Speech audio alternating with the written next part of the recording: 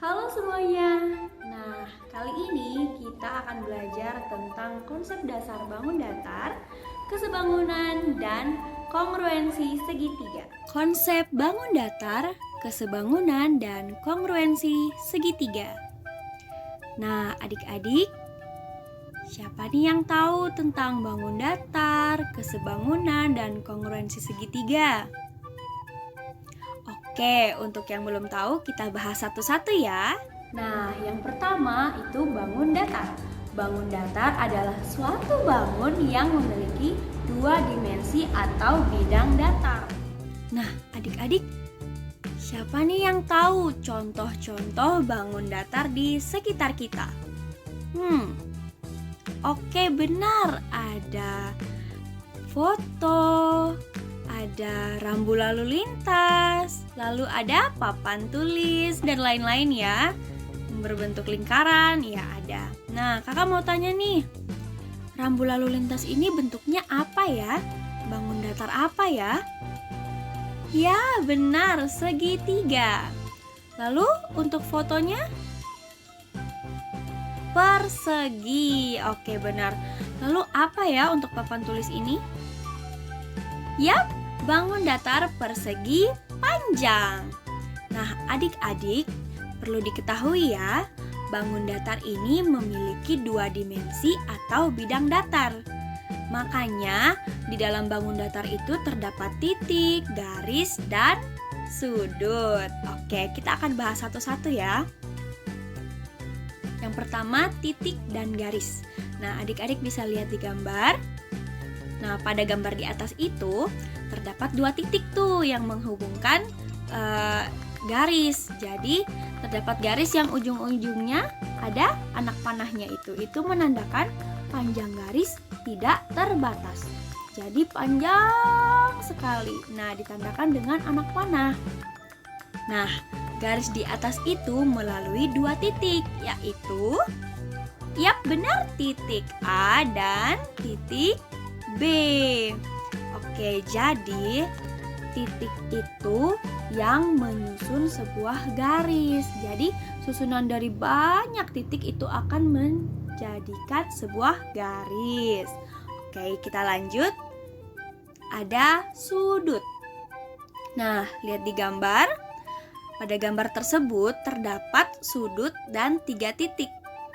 Oke, yang pertama itu titik A, titik B, dan titik C. Nah, pemberian nama sudut ini mengacu pada 3 titik tersebut. Jadi, di sudut-sudut itu ada titik-titiknya itu disebut sudut. Nah, terdapat beberapa jenis sudut nih adik-adik. Yang pertama itu sudut siku-siku. Seperti yang digambar itu, besarnya 90 derajat. Sudut siku-siku besarnya 90 derajat. Kemudian sudut lancip besarnya lebih kecil dari 90 derajat. Kemudian sudut tumpul lebih besar dari 90 derajat. Oke? Jadi kalau berkisar 0 sampai 89 derajat itu sudut lancip. Kalau 90 derajat siku-siku. Dan untuk sudut tumpul itu lebih dari 90 derajat. Jadi misalnya 145 derajat itu sudut tumpul. Oke? Nah, kita lanjutkan ya. Oke, kita lanjut ke jenis bangun datar. Nah, ada banyak sekali jenis-jenis bangun datar. Seperti tadi lingkaran, persegi panjang, segitiga, bujur sangkar, persegi, dan lain-lain. Nah, kali ini kakak akan membahas lebih detail untuk bangun datar persegi panjang, persegi, dan juga segitiga. Yuk kita bahas satu-satu. Nah, yang pertama persegi panjang. Persegi panjang ini punya ciri dan sifat sendiri loh adik-adik. Yang pertama, persegi panjang ini memiliki 4 sisi dengan 2 pasang sisi sama memiliki panjang yang saling berhadapan dan sejajar. Jadi adik-adik bisa lihat sisi AD sama dengan sisi ABC. Kemudian sisi AB sama dengan sisi DC. Oke, bisa dilihat ya adik-adik. Kemudian mempunyai simetri lipat 2 buah. Jadi kalau misalnya dilipat bisa 2 kali tuh sama ya. Dan juga mempunyai simetri putar dengan tingkat 2. Selanjutnya mempunyai 4 titik sudut.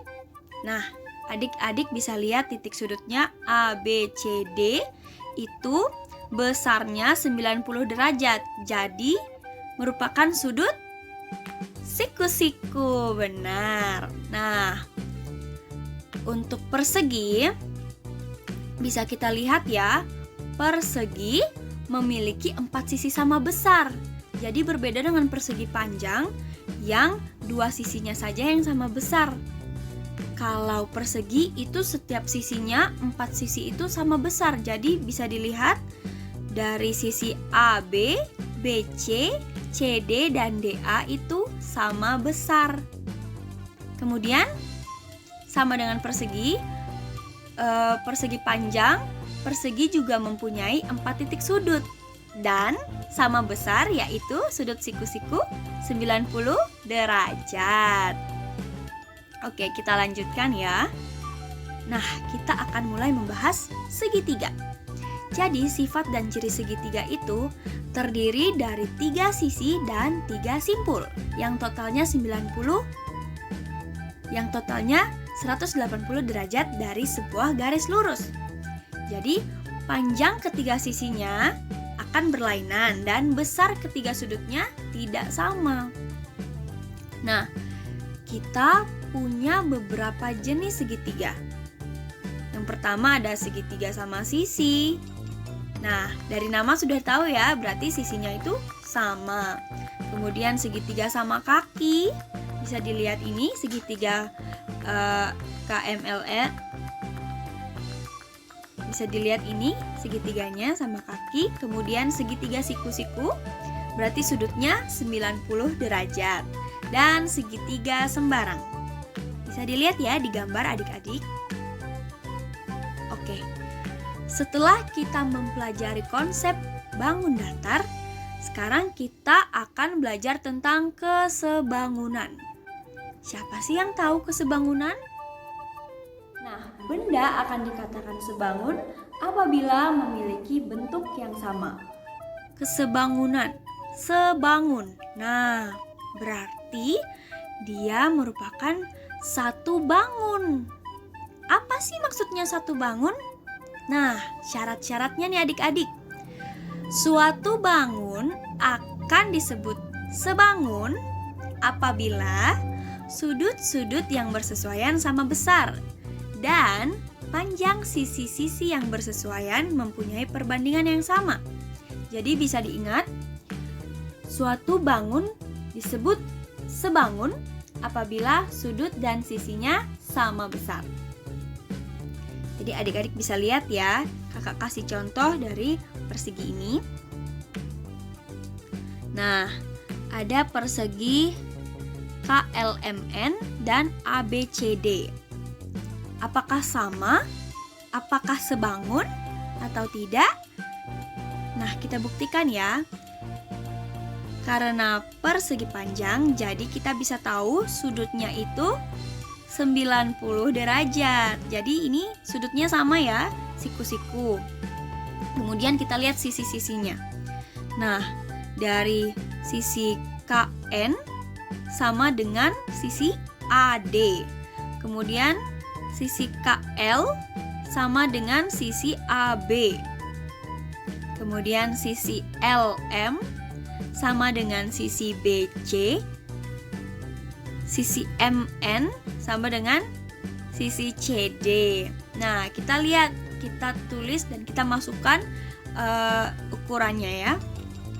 Nah, sisi KN itu 4 cm karena dia sama ya sisi-sisinya ya, simetris. Kemudian AD 2 cm.